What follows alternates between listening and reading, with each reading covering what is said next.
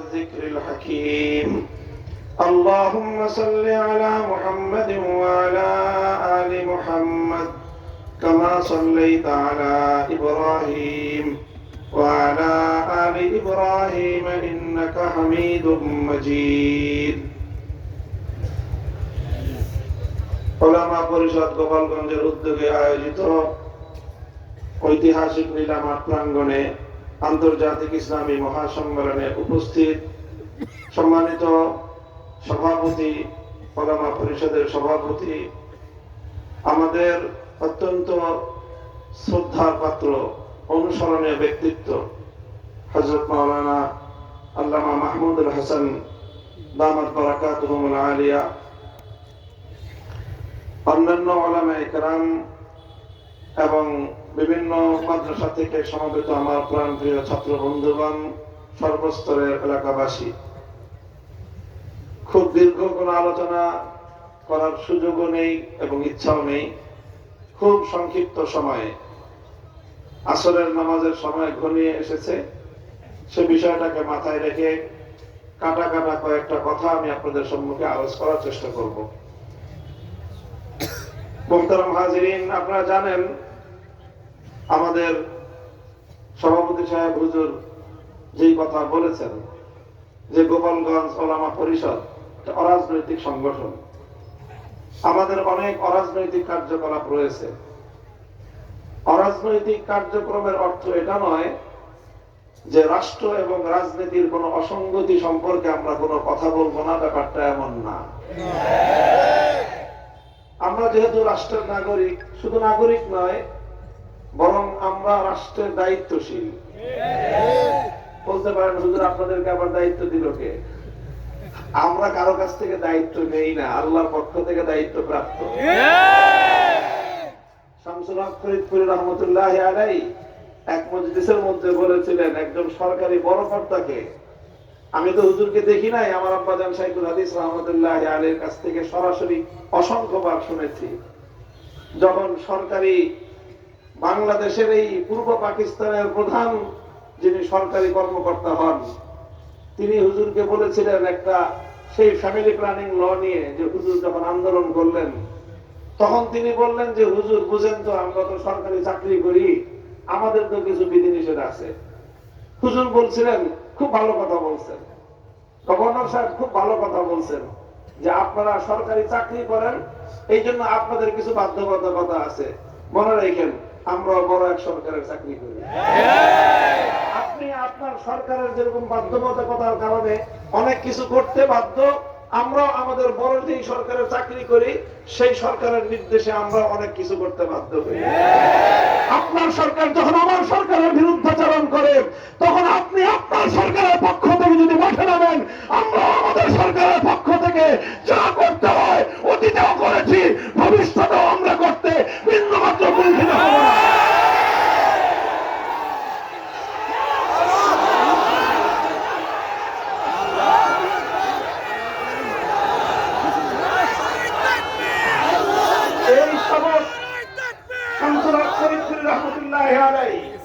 বাংলাদেশের 100 বছরের ইতিহাসের শ্রেষ্ঠতম সন্তান, বাংলাদেশের 100 বছরের ইতিহাসে শ্রেষ্ঠতম আলেমে দ্বীন, মুজাহিদে জামান, মুজাদ্দিদে জামান আল্লামা শামসুল হক ফরিদপুরি রহমতুল্লাহি আলাইহির এই সবক মুখস্থ করা ছাড়া কোন মাদ্রাসার ছাত্র যদি দাওরা ফারেক হয় আর হুজুরা যদি সনদ দেন, এটা জায়েজ হবে না আপনাদের জন্য।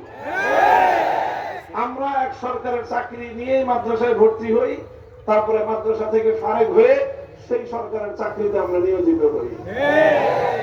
এই জন্য আমাদের কওমি মাদ্রাসার সনদ নিয়ে আমাদের ভিতরে বাইরে অনেকেরই মাথা ব্যথা যে সনদ দিল চাকরি করি। তারই কি আশ্চর্যকর, মানে চাকরি নেওয়ার জন্য আমরা সনদ দিছি নাকি? আমাদের তো চাকরি কনফার্ম, আমাদের ফারেক হওয়ার আগেই চাকরি কনফার্ম। কাজেই প্রথম কথা হলো এই, আমরা কেউ রাজনীতি করি কেউ রাজনীতি করি না, এটা ভিন্ন প্রসঙ্গ। কিন্তু রাজনীতিতে, রাষ্ট্র ব্যবস্থায় যখনই আমরা কোনো অসঙ্গতি দেখব, কোরআনের দৃষ্টিতে, সুন্নাহর দৃষ্টিতে, ইসলামী শরীয়তের দৃষ্টিতে আমরা যখনই কোনো আপত্তিকর বিষয় দেখব, আমাদের জীবন থাকবে কি থাকবে না, পরোয়া করবার সময় আমাদের অতীতেও ছিল না, আজও নাই, ভবিষ্যতেও থাকবে না ইনশাআল্লাহ। আমরা সে বিষয়ে কথা বলবোই। একটা কথা। 2 নম্বর কথা হলো, আমার এই কোরআনে পাকের যে আয়াত সূরাতুন নিসা 60 নম্বর আয়াতটি আমি তেলাওয়াত করেছি, আয়াতের মূল কথা হলো আল্লাহ পাক রব্বুল আলামিন এক শ্রেণীর মানুষের ব্যাপারে বড় ক্ষোভ এবং ঘৃণা নিয়ে আল্লাহ বিস্ময় প্রকাশ করেছেন, আশ্চর্য প্রকাশ করেছেন। আল্লাহ বলেন, ইয়াজুমুনা আন্নাহুম আমানু, কিছু মানুষ আছে তারা দাবি করে তারা ঈমানদার, তারা দাবি করে তারা ঈমানদার, অথচ ইউরিদুন আন ইয়াতাহাকামু ইলা তাগুত, তারা আল্লাহ পাক রব্বুল ইজ্জতের বাইরে কোন গায়রুল্লাহকে, তাগুতকে তারা ঠিক ওইভাবে মানে যেইভাবে আল্লাহকে মানতে হয়। তো তুমি আল্লাহর উপরে নিজেকে ঈমানদার বলে পরিচয় দিবা, আবার তুমি তাগুতের অনুসরণ করবা। আলো আর অন্ধকার যেমন এক জায়গায় জমায়েত হতে পারে না, ঠিক তদ্রূপ আল্লাহর উপর ঈমান এবং তাগুতের উপর বিশ্বাস একজন ব্যক্তির মধ্যে একত্রিত হতে পারে না। যে আল্লাহর উপর ঈমানদার হবে, তাগুতকে অস্বীকার করবে, যারা তাগুতকে স্বীকার করবে, সে আর যাই হোক না কেন ঈমানদার হতে পারে না। তাগুত কাকে বলা হয়? সংক্ষিপ্ত কথা হলো, তাগুতের পরিচয়, তাগুতের তারিফ হলো, তাগুতের সংজ্ঞা হলো গায়রুল্লাহ। বুঝেন আপনারা গায়রুল্লাহ কাকে বলে? গায়রুল্লাহ মানে আল্লাহ ছাড়া। গায়রুল্লাহ মানে এই মহাবিশ্বের মধ্যে এক আল্লাহ, আর এক আল্লাহ ছাড়া যা আছে সব কি? আসমান, জমিন, ফেরেশতা, মানুষ, জিন, নবী, ওলি, নেতা, খেতা, সব গায়রুল্লাহ। কোন গায়রুল্লাহকে যদি আল্লাহর স্থানে বসানো হয়, সেই গায়রুল্লাহকে বলা হয় তাগুত। কথা পরিষ্কার? কোন গায়রুল্লাহকে যদি আল্লাহর আসনে বসানো হয়, সেই গায়রুল্লাহকে বলা হয়। যেমন ইবাদতের মালিক এককে, আল্লাহ, লা ইলাহা ইল্লাল্লাহ, নেই কোন মাবুদ আল্লাহ ছাড়া। তাহলে ইবাদত যেরকম এক আল্লাহর প্রাপ্য, এক আল্লাহ ছাড়া অন্য কাউকে যদি ইবাদত করা হয়, তাহলে যার ইবাদত করা হলো, যে মানুষের কাছ থেকে নিজের জন্য ইবাদত গ্রহণ করলো, সেই গায়রুল্লাহকে বলা হবে তাগুত। সেই যুগে লাত, মানাত, উজ্জা, হুবাল এই সকল দেবতাদেরকে মানুষ পূজা করত, এই সবগুলো দেবতা একটা একটা তাগুত। এখন লাত, মানাত, উজ্জা, হুবাল নাই, এখন আছে বিভিন্ন ধরনের গায়রুল্লাহ, যাদের পূজা বিভিন্ন মানুষ করে থাকে। দুর্গা, সরস্বতী, কালী, আরো যত দেব দেবতা থাকতে পারে দুনিয়ার মানুষের, ইসলামের দৃষ্টিতে প্রত্যেকটা দেব দেবতা একটা একটা তাগুত। কারণ ইবাদতের একমাত্র মালিক কে? আল্লাহ। তুমি যখন মাবুদ হবেন একমাত্র কে? তুমি যখন আল্লাহকে বাদ দিয়ে দুর্গাকে মাবুদ বানালা, দুর্গা হলো তাগুত। তুমি যখন আল্লাহকে বাদ দিয়ে কোন গায়রুল্লাহকে মাবুদ বানালা, সেই গায়রুল্লাহকে বলা হয় তাগুত। কথাটা বুঝা গেল?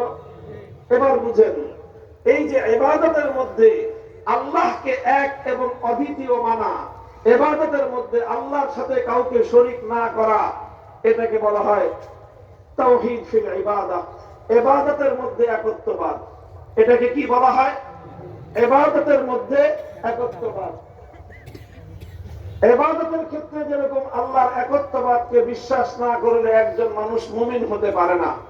ঈমানের সবচেয়ে গুরুত্বপূর্ণ বিষয় হলো তাওহীদ, একত্ববাদকে বিশ্বাস করতে হয়। এক আল্লাহকে মাবুদ বিশ্বাস না করলে কোন মানুষ ঈমানদার হতে পারে না। ইবাদতের মধ্যে যেরকম আল্লাহ তাওহীদকে বিশ্বাস করতে হয়, ঠিক তদ্রূপ ইবাদতের মতো আল্লাহ পাকের আরেকটি তাওহীদ রয়েছে, সেই তাওহীদকে বলা হয় তাওহীদ ফিল হাকিমিয়াহ। তাওহীদ ফিল হাকিমিয়ার অর্থ হলো মহাবিশ্বের মধ্যে চূড়ান্ত ভাবে আনচ্যালেঞ্জেবল, এমন ভাবে চূড়ান্ত নিরঙ্কুশ ভাবে আইন এবং বিধান দেওয়ার একমাত্র মালিককে আল্লাহ। সুতরাং আল্লাহর আইনের বিরুদ্ধে যদি কেউ আইন করে, তাহলে সে নিজেকে আল্লাহর স্থানে আসন, আল্লাহর জায়গায় সে নিজেকে স্থাপন করলো, সে আল্লাহর জায়গায় নিজেকে বসালো। আর যে নিজেকে আল্লাহর জায়গায় বসায় তাকেই বলা হয় তাগুত। সুতরাং আল্লাহর আইনের বিরুদ্ধে যারা আইন করে তারা সব তাগুত। আল্লাহর আইনের বিরুদ্ধে কোন রাজা বাদশাহ যদি আইন করে সেই রাজা বাদশাকে বলা হয় তাগুত। আল্লাহর আইনের বিরুদ্ধে কোন রাষ্ট্রপতি যদি কোন আইন জারি করে সেই রাষ্ট্রপ্রধানকে বলা হবে তাগুত। আল্লাহর আইনের পরিবর্তে, আল্লাহর আইনের বিরুদ্ধে যদি কোন প্রধানমন্ত্রী কোন আইন জারি করে সেই প্রধানমন্ত্রীকে বলা হয় তাগুত। আল্লাহর আইনের বিরুদ্ধে কোন মন্ত্রী পরিষদ যদি কোন আইনের অনুমোদন দেয় গোটা মন্ত্রী পরিষদকে বলা হবে তাগুত। আল্লাহর আইনের বিরুদ্ধে কোন আদালত, কোন বিচারপতি, কোন জাস্টিস যদি কোন আইন জারি করে সেই আদালত এবং বিচারপতিকে বলা হবে তাগুত। আল্লাহর আইনের বিরুদ্ধে কোন আইন পরিষদ, কোন সংসদ যদি কোন আইন পাশ করে সেই গোটা সংসদকে বলা হয় তাগুত। মুহতারাম হাজিরিন, এই জায়গায় লক্ষ লক্ষ নয় কোটি কোটি মুসলমান ঈমান হারা হয়ে বেঈমান হয়ে আছে, খবর নাই। এবং আমরা এই কথাগুলো মানুষের সামনে বলি না, মনে করি এই কথাগুলো বলতে গেলে রাজনীতি চলে আসবে, এই কথাগুলো বলতে গেলে রাজনীতি চলে আসবে। আর রাজনীতি কথা শুনতে অন্যদের কাছ থেকে ভালো লাগলেও হুজুরদের মুখে রাজনীতির কথা শুনতে এক শ্রেণীর মানুষের শরীরের মধ্যে অ্যালার্জির চুলকানির উপদ্রব হয়। দেখেন, বিশেষ করে গোপালগঞ্জের মাটিতে কথা বলতেছি। গোপালগঞ্জের মাটি রাজনৈতিক ভাবে কোন পরিবেশে খুব ভালো করে জানা আছে আমাদের। আওয়ামী লীগের যারা আছেন, অনেকে আছেন, আমার কথা শুনতেছেন, আমাদেরকে আপনাদের প্রতিপক্ষ সবসময় ভাববেন না। আপনাদেরকে একটা নসিহত করে যাই, উপদেশ দিয়ে যাই, কল্যাণকামিতা করে যাই। সেটা হলো এই, আপনাদের অনেক ভুল আছে, এটা তো মানেন। ভুল ত্রুটি সবার থাকে, আমাদেরও ভুল আছে। আপনাদের সবচেয়ে বড় ভুল বিগত 50 বছর ধরে যে ভুলটা আপনারা করে আসছেন, আশা করি এইবারের এই হোঁচট খাওয়ার পরে একটু হুঁশ আপনাদের ফিরবে, আপনারা সেই ভুলটা সংশোধন করার চেষ্টা করবেন। সেটা হলো আওয়ামী লীগের সবচেয়ে বড় ভুল, আলেমদের কাছ থেকে কোন রাজনৈতিক কথা তারা সহ্য করতে পারে না। এই হলো তাদের সবচেয়ে বড় ভুল। আলেমদের কাছ থেকে তারা মাসলা মাসাইল শুনতে পছন্দ করে, আলেমদের কাছ থেকে তারা খতম পড়তে পছন্দ করে, আলেমদের কাছ থেকে তারা মিলাদের সুর শুনতে পছন্দ করে, আলেমদের কাছ থেকে তারা সব ওয়াজের সুর শুনতে পছন্দ করে। কিন্তু আলেমরা যখন রাজনৈতিক কোন মতামত দেন, কোরআন সুন্নাহর আলোকে যখন রাজনৈতিক কথা বলে, তখনই আপনাদের মধ্যে গাত্রদাহ শুরু হয়। এই নিয়ে আপনাদের সঙ্গে আমাদের অনেকবার লড়াই হয়েছে, আপনারা আমাদের কণ্ঠ চেপে ধরবার চেষ্টা করেছেন। কিন্তু আমি তো শুরুতেই বলেছি, আপনারা যেরকম এক সরকারের এক দলের দল করেন, আমরা আরেকজনের দল করি। আমাদের পূর্বপুরুষ আল্লামা ফরিদপুরি রহমতুল্লাহ আলাইহিকে সদর সাহেবের কণ্ঠকে সে যুগের স্বৈরাচারীরা বন্ধ করতে পারে নাই, রুদ্ধ করতে পারে নাই। সদর সাহেবের সন্তানদের কণ্ঠ রুদ্ধ করতে পারবেন না।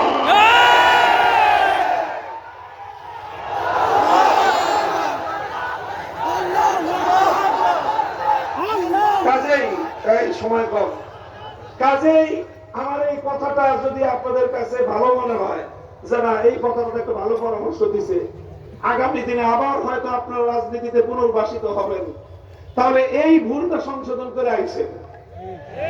আপনি না আসেন, আমাদের সাথে যুদ্ধ বন্ধ হবে না। আপনারা মারবেন, আমরা মরবো, আমাদেরকে মেরে শেষ করতে পারবেন না। জেলখানায় পড়বেন, আপনার জেলখানা ভরে যাবে, আমাদের সংখ্যা শেষ হবে না। আমাদের প্রতি ফোঁটা রক্ত থেকে নতুন মক্কা মুজাহিদ জন্ম নেবে ইনশাআল্লাহ।